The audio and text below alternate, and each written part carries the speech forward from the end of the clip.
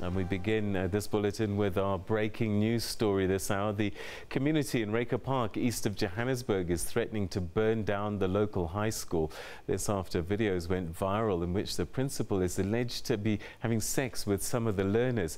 The principal has since resigned. The incident happened late last year.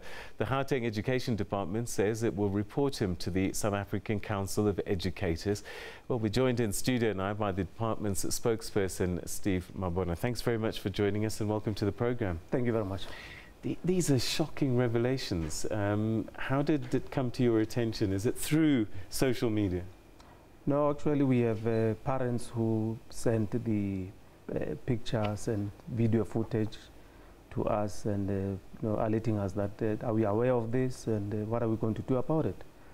And we then summoned the principal immediately to come to the head office, and we learned there actually that he knew that this is coming. Then he resigned, and we learned that actually his last day was the 15th of Jan. But now you ask yourself, what is he doing at school? Because after we interacted with him, he was told that he's suspended, he must not go to school, but he then continued to go to school.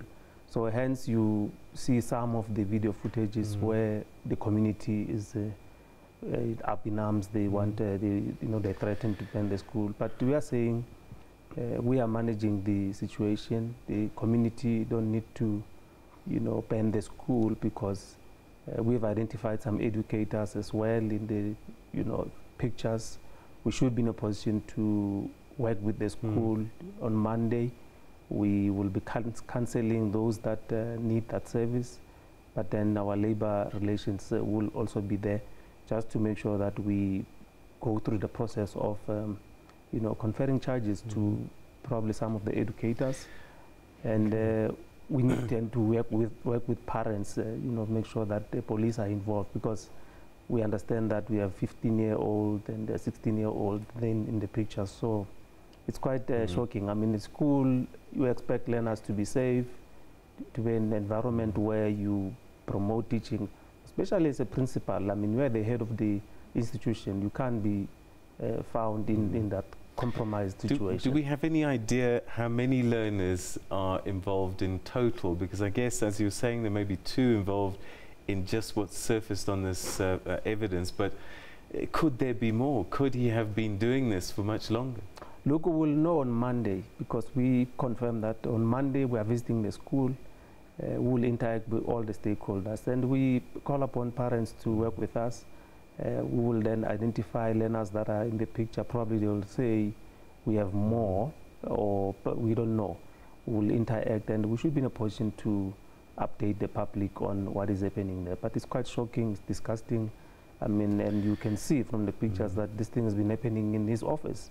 So, I mean, a school is supposed to be, safe place. But safe place and for teaching and learning, not engage in sexual activities, most especially with minors. It is a concern that these things come to the public through social media.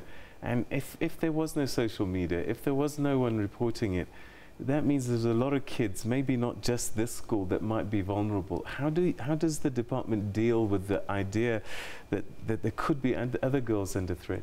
We normally, through our psychosocial unit, we normally encourage learners to report any sexual harassment or victimization thereof, so that we can then investigate and then take necessary action. Hence, in our meetings with the principals across the province, we initiated that there must be an educator who's going to be appointed at any school where learners will know that teacher so-and-so, when we have sexual harassment cases, that's where we go.